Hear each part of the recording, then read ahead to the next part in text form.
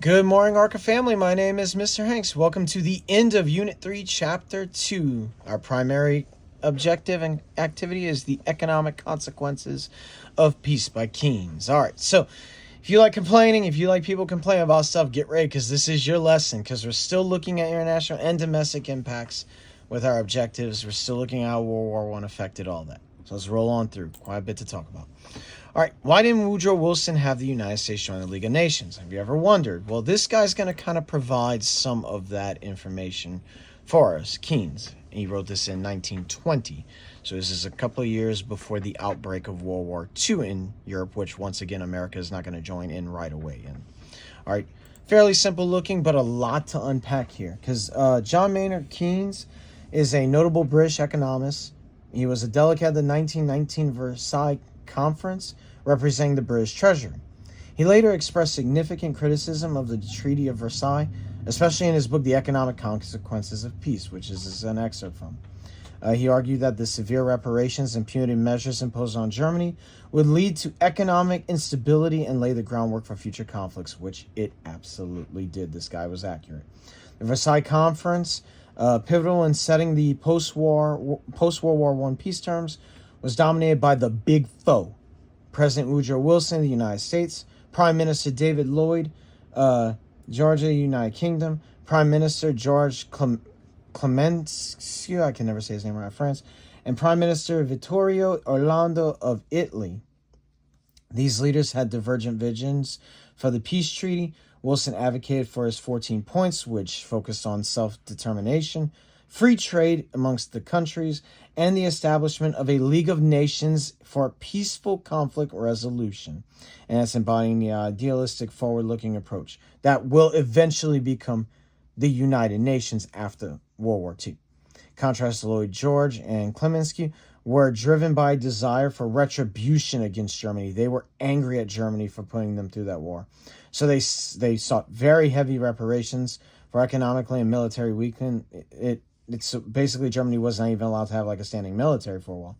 Orlando's primary focus was on getting territorial rewards for Italy, aligning more closely with the punitive stance of the British and French than Wilson's idealistic goals.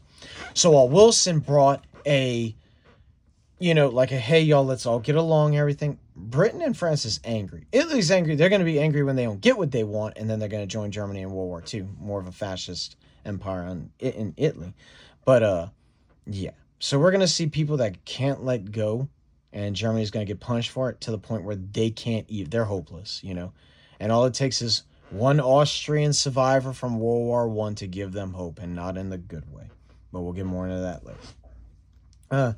Keynes, in his book, criticized the resulting treaty for being excessively harsh on Germany, straying from Wilson's more, idealistic 14 points. So he was a supporter. He was a British, and he was a supporter of the 14 points. He predicted that the heavy economic burden placed on Germany could foster resentment and instability, which, in hindsight, it happened. It led up to World War II. So his critique significantly influenced modern economic thought, highlighting the interplay between reparations, economic policy, international relations, and peace. Because you can't just blame a country. I mean, that's why the United States kind of just helps rebuild after whatever we destroy and stuff like that. So just some kind of things to think of. This is a very interesting read for a lot of different people. So we're going to do that. We're going to answer some. We're going to do the primary sources on. We're going to have a pretty big, heavy class discussion on, maybe even debate those things. So let's see. Draw conclusions about the relationship between war and economic recovery in the years following World War I. What made it easier for some countries to recover versus countries that weren't allowed to cover? And then our exit ticket. Which consequence outlined in the primary source sets up World War II? Please pay very close attention to this. Answer it in TSCD to Cadism format, because this is really laying and saying the groundwork for World War II. Because Wilson was ignored, Keynes was ignored, and we're going to see the fallout from that kind of slowly snowball in Europe to, once again, a new war. And the most devastating war in the history of mankind. That's why it's important to learn from the past.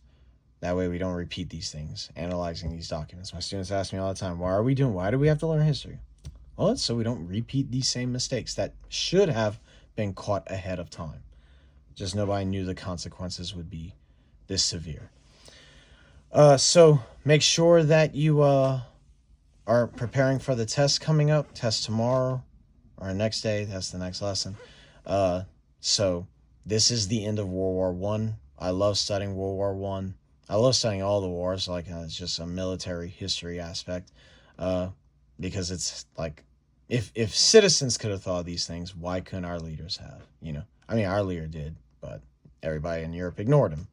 So kind of shows the United States standing right now with the world. But we're going to have to earn that superpower status at the end of World War II. We will earn it the hard way. So thank you very much for joining us. This is the end for Unit 3, Chapter 2. Test coming up. I hope you're doing okay. Hope you can join us again real soon. And we are done with Unit 3, Chapter 2. Good. Remember, grow your strong minds, strong hearts. Love each other, love yourselves, and live the ARC away. Have a good one, y'all. Talk to you in the next video. Next chapter.